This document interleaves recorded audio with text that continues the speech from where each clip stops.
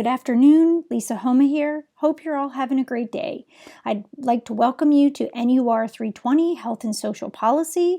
We're going to do a quick tour of Canvas. So looking in front of you at the Canvas dashboard. Now, my dashboard looks a little bit different than yours, just for a moment. Some people call a course a tile, or it's just called a course. So we're going to click on NUR 320, which is right here. If for some reason when you go into Canvas and on your dashboard your course does not appear, reach out to me, homaL@etown.edu, because that's a registration issue and we'll take care of it from the back end, not something you can do on your own. So make sure you reach out to me and we'll get that taken care of for you. So click on your course.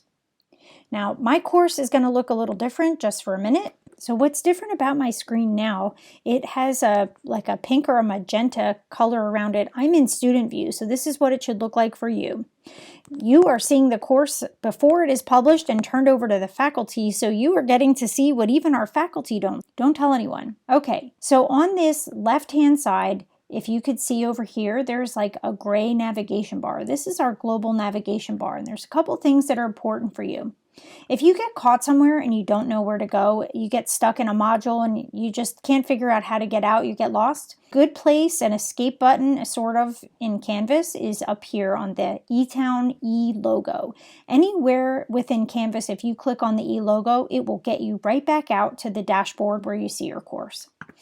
Up here is the account, and hopefully you'll upload an avatar or a picture of yourself so that we can see what you look like. It makes everything a lot more real. And you can set or establish profile settings and preferences. You can set notifications, you can view a calendar, however you want to go in there, you can do that under account. Here's the dashboard, which also gets you out of trouble. It's like an escape button and takes you right back to the main page of Canvas.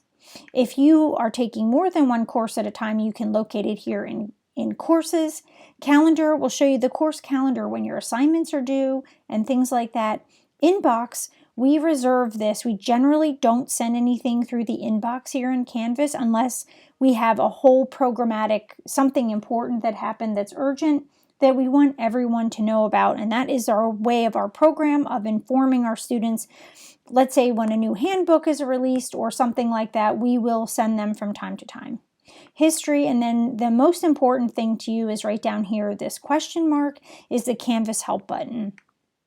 If you lost something, you can't submit something, you should reach out to faculty, but you also have this as an option, and it actually goes to our IT desk and they'll help you with whatever issues you have going on. If they have scheduled maintenance or things like that, you can double check that on the eTown intranet on the ITS website. They will show scheduled maintenances, and if the system is down, there's like a system check there that you can find out the status of whether or not if Canvas is down or something like that. We're going to move to the next navigation panel, which is this tan navigation over here.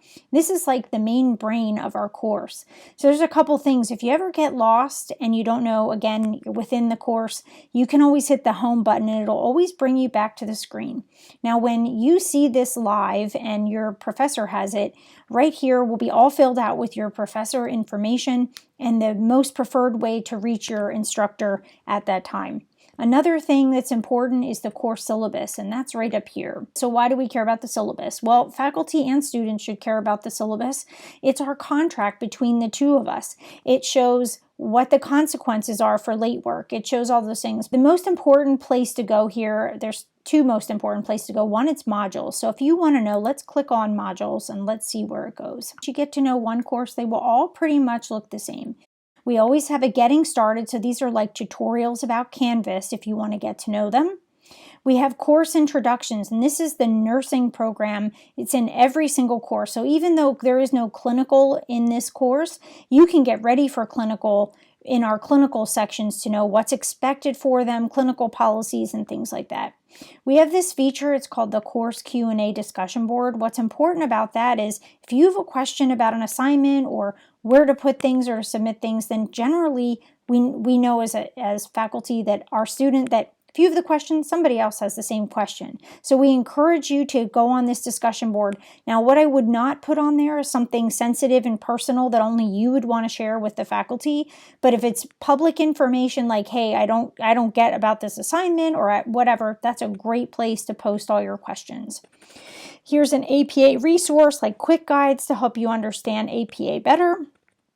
We have all different cultural competence modules here so that you can take an implicit bias quiz or anything you want to know about. We have a lot of great information under cultural competence. There's a certain expected template that we want you to write your discussion post, and here's all the successful tips on submitting a great discussion post.